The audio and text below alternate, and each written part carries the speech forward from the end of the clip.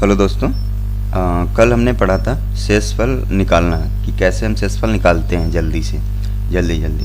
तो आज हम पढ़ने वाले हैं शेषफल निकालने से संबंधित शेषफल प्रमेय, जो कि बहुत ही इम्पॉर्टेंट है। और इसके द्वारा हम किसी भी, चाहे फैक्टोरियल हो चाहे कितनी भी पावर हो, उसके थ्रू हम बहुत ही जल्दी और आसान तरीके से इसको शेषफल जो है निकाल सकते हैं। तो शुरू करते हैं। शेषफल प्रमेय जानने से पहले दो प्रमेय हैं, एक फॉर्मेट की है, एक विल्सन की है।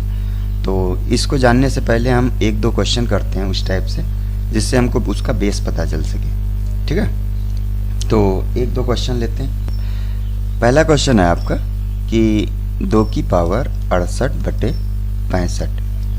तो इसको निकालने से पहले हमको ये पता होना चाहिए, दिमाग में ये होना चाहिए कि हम क्या करते हैं कि शेषफल में जब भी घातें होती हैं तो उसमें बेस 1 बनाने की कोशिश करते हैं, उसका शेषफल 1 बनाने की कोशिश करते हैं। अब 1 कैसे बनेगा?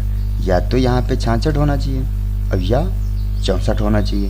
भाई 1 या तो पॉजिटिव आएगा या निगेटिव आएगा। और हमने ये भी कल बताया था कि हमेशा जो है आंसर किस में लिखोगे, पॉजिटिव में लिखोगे। तो इस टाइप से हम यहाँ पे या तो 64 बनाएंगे या 66 बनाएंगे। यहाँ पे हम क्या बनाएंगे, या तो 64 बनाओ या 66। देखो 66 बन नहीं सकता, क्योंकि 2 की पावर में जब भी हम मल्टीप्लाई करते हैं पावर में 2 की, तो उसमें 66 नहीं 64 बन सकता है। तो हम 64 बनाएंगे इसको, 2 की पावर 64। तो यहाँ पे हम क्या करते हैं, 2 की पावर 6 64 होता है। कितना? 2 की पावर 6 64 होता है। अब 11 6 का 66, तो 11 हो गया। अब बचे कितने? 2 की पावर 2। भाई 11 6 का 66 और 66 2 68, ये हो गया। अब देखो बटे 65। अब यहाँ पे देखो ये कितना हो जाएगा, 2 की ये 64 हो गया, 2 की पावर 6 64 हो गया। अब 11 और ये जो है इंटू 4 बटे 65। अब देखो यहाँ पे जब इसको, इस वाले पोर्शन को जब इससे भाग करोगे तो इसमें शेषफल कितना बचेगा? -1। कल हमने बताया था शेषफल कितना होगा इसमें, -1। -1 की पावर 11 और ये 4। अब -1 की पावर में क्या है, विषम है। तो विषम संख्या में -1 की पावर में क्या होता है, माइनस ही आता है। तो यहाँ पे कितना आ जाएगा, -4। और शेषफल को हम हमेशा पॉजिटिव में लिखते हैं आंसर। तो यहाँ पे कितनी हो जाएगी, इसको जो है 65 में से घटा दोगे, कितना आएगा, 61। तो इस प्रश्न का उत्तर कौन सा हो जाएगा हमारा, 61। इस प्रश्न का जो शेषफल आएगा वो 61 होगा। ठीक है, अगला क्वेश्चन लेते हैं। जैसे आपका अगला प्रश्न है कि 3 की पावर 67 73 बटे 80। 3 की पावर 67 73 बटे 80, इसको हम भाग करते हैं तो बताना है इसमें शेषफल रिमाइंडर कितना बचेगा। ठीक है, तो वही तरीका है, बहुत ही जल्दी से हम इस सवाल को कर सकते हैं। भाई 80 नीचे है, तो यहाँ पे क्या बनाना चाहिए, यहाँ पे या तो 81 हो या 79 हो, यही दो होने चाहिए। +1 आएगा या -1 होगा। तो ये बनाने के लिए हम देखते हैं कि किस में जो है 81 आएगा या 79 आएगा। तो 3 की पावर में 81 आता है, 79 नहीं आता है, तो हम 81 बनाएंगे। अब 81 बनाने के लिए क्या करेंगे, 3 की पावर कितना होता है, 4। 3 की पावर 4 81 होता है। तो इसको 4 में तोड़ेंगे। अब जैसे 67 73 है, तो इसको जब 4 में तोड़ोगे तो 4 एकम 4, 2 27, इसको भाग कर लेते हैं 36, 1 13, 4 12, 1 बचा। अब देखो यहाँ पे क्या करेंगे, ये 4 से भाग किया तो इतना आया, तो इसकी पावर में कितना हो जाएगा, 1693। और 1 बचा है तो 3 एक्स्ट्रा बचेंगे। अब यहाँ पे देखो 81 बटे 80, इसकी पावर 1693 गुणे 3। अब इस वाले पोर्शन में इसकी वैल्यू कितनी होगी भाई, 80 की 81 है, यहाँ पे शेषफल कितना होगा, 1, क्योंकि ऊपर 81 है और भाग करना हमको 80 से, तो शेषफल यहाँ पे 1 बचेगा। और 1 की पावर में जो है 1693 इंटू 3। अब देखो यहाँ पे ये इसकी वैल्यू कितनी हो जाएगी, 1, और 1 इंटू 3 3। और इसमें पॉजिटिव में ही आया है, मतलब इसका आंसर कितना हो जाएगा, 3 हो जाएगा।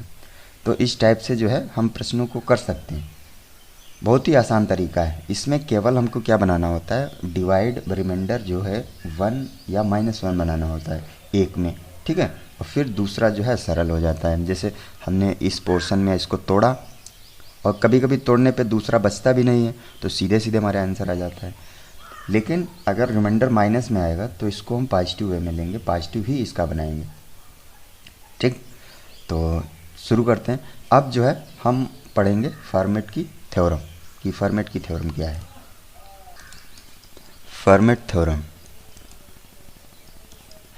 फॉर्मेट थ्योरम क्या है, देखो n की पावर अगर p-1/p, अगर n की पावर p-1/p है तो इसमें जो रिमाइंडर बचेगा, इसका जो रिमाइंडर होगा वो 1 होगा, ठीक है। ये है फॉर्मेट की थ्योरम। फॉर्मेट की थ्योरम क्या कहती है कि अगर n की पावर p-1 को p से डिवाइड कर दें तो इसमें रिमाइंडर जो है 1 बचता है। समझ में आया। अब देखो यहाँ पे ये जान लेते हैं कि np क्या है। तो n जो है कोई भी नेचुरल नंबर है, ठीक। और p जो है ये अभाज्य संख्या है या प्राइम नंबर कह सकते हैं, अभाज्य संख्या। और एक चीज़ और है जो सबसे ज़्यादा ज़रूरी है, n और p, इनका जो HCF होना चाहिए वो 1 होना चाहिए। मतलब दोनों एक दूसरे से कटे ना, विभाजित ना हो, डिवाइड ना हो एक दूसरे से, ठीक है। तब जो है रिमाइंडर कितना बचेगा, 1। रिमाइंडर कितना बचेगा, 1। अगर n की पावर p-1 को p से डिवाइड कर दिया जाए तो रिमाइंडर कितना बचता है, 1। लेकिन यहाँ पे p और n ध्यान में रखना है कि n क्या है और p क्या है। और n p में रिलेशन क्या होता है कि इस दोनों का जो HCF होता है वो 1 होना चाहिए। इसका मतलब है कि ये दोनों जो हैं एक दूसरे से विभाजित ना हो, मतलब कोई कॉमन नंबर, कॉमन फैक्टर ना हो इसका। समझ में आया। तो अब शुरू करते हैं, इस पे सवाल शुरू करते हैं। तो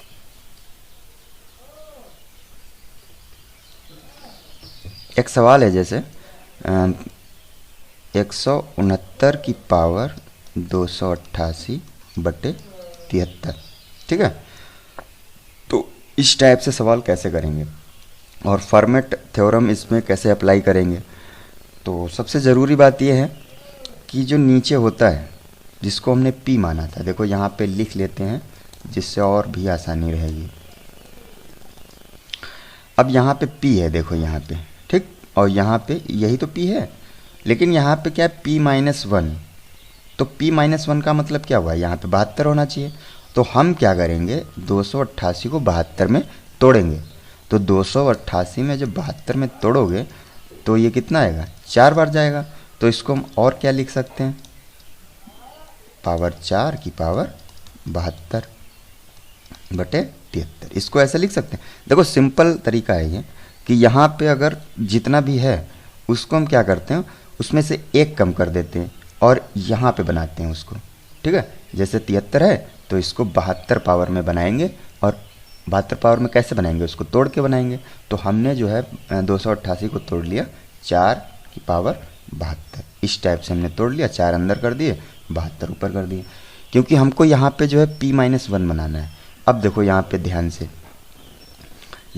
से ये देखना है कि ये जो पोर्शन है ये n का है, ठीक। और ये क्या है, p-1, और ये क्या है, p। समझ गए। तो इसकी वैल्यू कितनी होगी, रिमाइंडर, इसमें रिमाइंडर कितना होगा, 1। रिमाइंडर कितना होगा, 1, क्योंकि हमने देख लिया कि यहाँ पे n है और ये p-1 है, ये p है। तो इसमें रिमाइंडर फॉर्मेट थ्योरम के अनुसार रिमाइंडर कितना होगा, 1 होगा। इसी तरीके से अगला क्वेश्चन देखते हैं। अगला क्वेश्चन है देखो आपका कि 7 की पावर 82/11, ठीक है। तो इसको भी कैसे करेंगे, देखो यहाँ पे क्या है,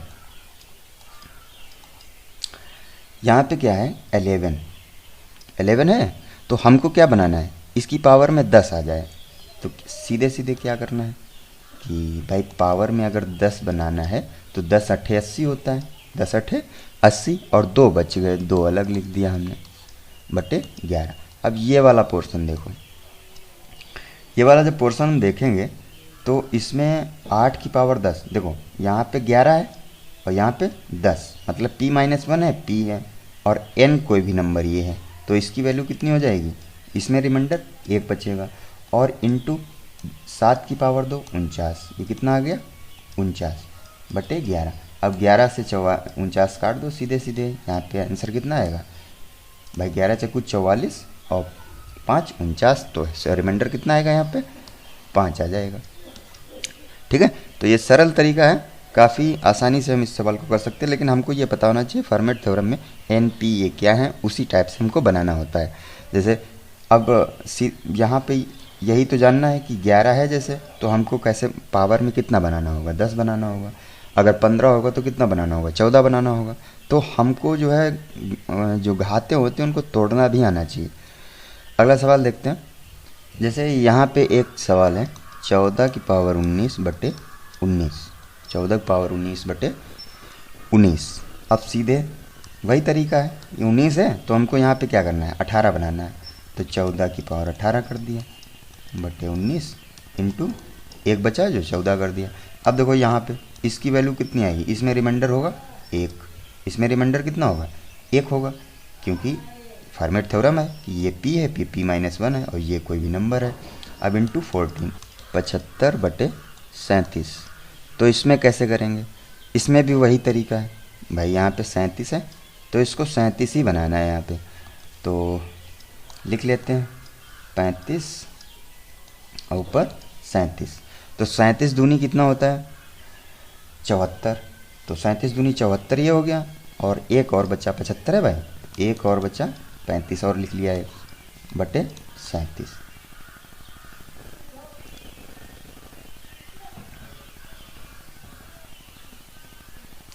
जैसे एक सवाल है 35 की पावर 75 बटे 37। अब देखो यहाँ पे हमको क्या बनाना है कि यहाँ 37 है, हमको कितना लाना है यहाँ पे 36, तो 36 में बनाते हैं पावर, तो इसको लिख लेते हैं, तो 36 बनाना है यहाँ पे, तो 36 लिख दिया बटे 37। अब देखो 75 है तो 36 दूनी कितना होता है 72, और बचे कितने 35 पावर 35, 3 बार बचे, कितना बचा 3 बार। अब इसकी वैल्यू कितनी हो जाएगी आपको पता है, इसकी वैल्यू 1 हो जाएगी। अब देखो 37 से जब इसको डिवाइड करोगे तो कितना आएगा 2 -2 -2, 2 -2 आएगा कि नहीं आएगा भाई, 37 से डिवाइड करोगे -2 आएगा। अब ये कितना हो गया 8, कितना हो गया 8, वो भी माइनस के, तो एलसीएम वो रिमाइंडर कितना होगा 37 से -8 तो 29, रिमाइंडर कितना हो जाएगा 29 आ जाएगा, क्योंकि भाई यहाँ पर रिमाइंडर के निगेटिव में है, इसको पॉजिटिव में बनाएंगे तो 37 से घटा देंगे। तो ये थे फॉर्मेट थ्योरम हमारी, ठीक है, फॉर्मेट थ्योरम के अनुसार ये सवाल थे, और ये सवाल जो है बहुत ही आसान तरीके से हम इस थ्योरम के अनुसार लगा सकते हैं। तो अगली थ्योरम देखते हैं विल्सन। ये देखिए विल्सन थ्योरम क्या कहती है कि अगर p-1 फैक्टोरियल है और इसको p से डिवाइड कर रहे हैं तो रिमाइंडर इसमें हमेशा -1 आएगा, ठीक है। अगर p-1 फैक्टोरियल है और इसको p से डिवाइड करेंगे तो रिमाइंडर कितना होगा -1, और यहाँ पे p जो है ये प्राइम नंबर है, मतलब अभाज्य संख्या है, इतना याद करना है, ठीक है। तो इस पे सवाल देखते हैं। जैसे मान लो एक सवाल है, हमने ले लिया 10 फैक्टोरियल बटे 11, 10 फैक्टोरियल बटे 11। अब देखो यहाँ पे p प्राइम नंबर है और p-1 ये है, ठीक है। तो रिमाइंडर कितना होगा इसका, रिमाइंडर कितना होगा -1, तो इसको पॉजिटिव में बनाएंगे तो 11 -1 मतलब 10, रिमाइंडर कितना होगा इसका 10 होगा, ठीक है। और भी क्वेश्चन लेते हैं इस टाइप से।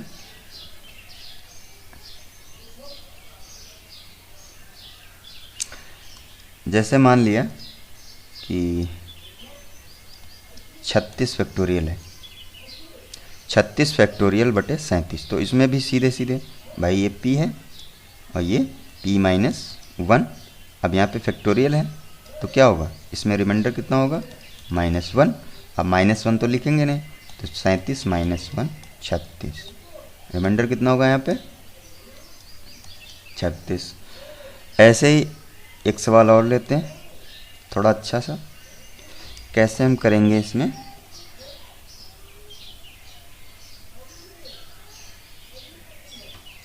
जैसे ले लेते हैं 5 फैक्टोरियल गुणे 25 फैक्टोरियल बटे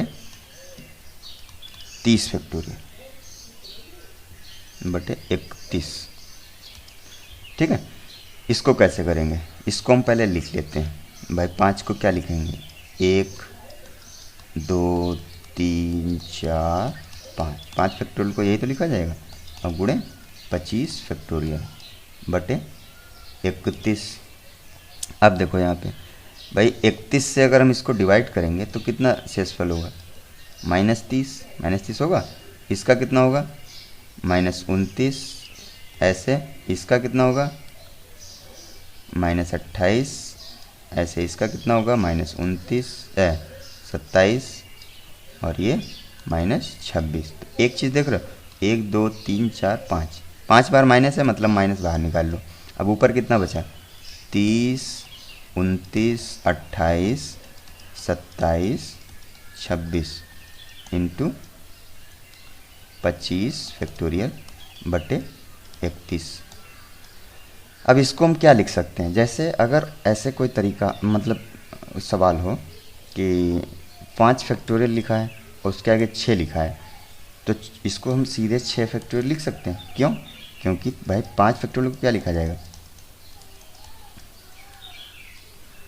3 2 1। अब इंटू 6 कर दें तो 6 5 4 3 2 1, ये भी तो है, तो ये सीधे 6 फैक्टोरियल हो जाएगा। ऐसे ही 25 के आगे 26 27 28 29 30 हैं, तो इसको सीधे सीधे क्या लिख दें हम, 30 फैक्टोरियल बटे 31। अब देखो यहाँ पे ये p है, ये p - 1 है फैक्टोरियल में, तो इसका आंसर कितना हो जाएगा, -1। अब माइनस पहले से ही है तो ये क्या हो जाएगा, +1। यानी कि इसका रिमाइंडर कितना होगा, इसका +1। तो ये थे हमारे कुछ क्वेश्चन शेषफल प्रमेय की थ्योरम्स पर। एक फॉर्मेट की थ्योरम थी और एक ये है विल्सन की थ्योरम। तो इस तरीके से हम सवाल को बहुत ही आसान तरीके से कर सकते हैं। अगर हमारी वीडियो आपको अच्छी लगी हो तो लाइक शेयर और सब्सक्राइब करिए और इसी तरीके से हमारे चैनल के साथ जुड़े रहिए। धन्यवाद।